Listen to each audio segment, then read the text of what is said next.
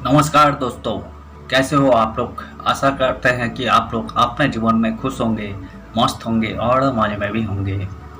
जैसे कि आप लोग जानते हैं, हमारे चैनल पर हम बॉलीवुड से जुड़ी हुई बैकग्राउंड किस्से कहानियों को आपके सामने लाते रहते हैं। बॉलीवुड की बैकग्राउंड में अनगिनत किस्से कहानियाँ छुपी हुई होती है जो कि आम जन तक नहीं पहुँच पाते हैं। हमारे चैनल पर हम कोशिश करते हैं उन्हीं किस्से कहानियों को आपके सामने लाने की। तो चलिए कहानियों पे चलते हैं, शुरू करते हैं बॉलीवुड की बैकग्राउंड से जुड़ी हुई और एक नए किस्से। कुष्ठ रोग से पीड़ित थी डिम्पल कपाडिया। राज कपूर ने किया था रिजेक्ट। बॉबी की नहीं बनाना चाहते थे एक्ट्रेसेस। डिम्पल कपाडिया की फिल्मों के साथ उनके राजेश खन्ना संग शादी और फिर बिगड़े रिश्तों के बारे में कोई लोग जानते हैं, लेकिन बहुत कम लोग जानते हैं कि एक वक्त था जब बॉबी एक्ट्रेसेस कुष्ठ रोग से पीड़ित थी।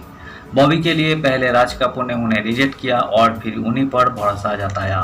उन्होंने उस पल को याद किया जब एक जादू की तरह यह सब हो रहा था। डिम्पल कपाडिया ने सिर्फ 16 साल की उम्र में बॉलीवुड में एंट्री की और सफलता के झंडे गाड़ दिए। राज कपूर की फिल्म बॉबी में उन्होंने लीड रोल निभाया था। 1973 में रिलीज हुई ये फिल्म एक्ट्रेसेस को टीन एजर होने के बाद भी कैसे मिल गई। क्या आप यकीन करेंगे कि जिस फिल्मों से डिम्पल कपाडिया ने अपनी खूबसूरती से दर्शकों से लेकर फिल्म मेकर्स को दीवाना बनाया, वो कभी लेप्रोसी यानी कुष्ठ रोग से पीड़ित थी। डिम्पल कपाडिया की फिल्मों के साथ उनके राजेश खन्ना संग शादी और फिर बिगड़े रिश्ते के बारे में कोई लोग जानते हैं, लेकिन बहुत कम लोग जानते हैं कि एक वक्त था जब बॉबी एक्ट्रेसेस कुष्ठ रोग से पीड़ित थी। बॉबी के लिए पहले राज कपूर ने उन्हें रिजेक्ट किया और फिर उन्हीं पर भरोसा जताया। उन्होंने उस पल को याद किया जब एक जादू की तरह यह सब हो रहा था। फिक्की फ्लो जयपुर चैप्टर से बात करते हुए उन्होंने डिम्पल से कहा कि उन बातों को शेयर किया जिससे उनके फैंस आज तक अनजान थे। एक्ट्रेसेस ने बताया कि उनके पिता चुन्नी भाई कपाडिया फिल्म इंडस्ट्री में कोई प्रभावशाली लोगों को जानते थे, लेकिन एक फेमस डायरेक्टर जो उनके फैमिली फ्रेंड की तरह थे, उन्होंने वास्तव में उनके साथ बहुत ही निर्दयी बात कही थी। डिम्पल ने बताया, दरअसल मैं उस समय कुष्ठ रोग से पीड़ित थी।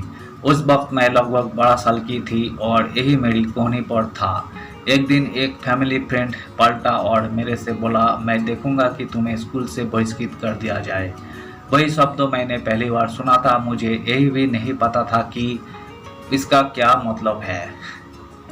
एक्ट्रेसेस ने आगे बताया कि अपनी मेडिकल कंडीशन की वजह से ही वही राज कपूर से मिली थी।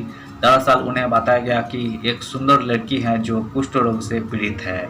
इस तरह के झटके से बहुत कुछ हासिल हुआ और इस तरह मुझे बॉबी मिली। उन्होंने कहा, यही मेरे जीवन का सबसे शानदार समय था। मैंने जो कुछ भी कहा या चाहा या कामना की वही हो गया।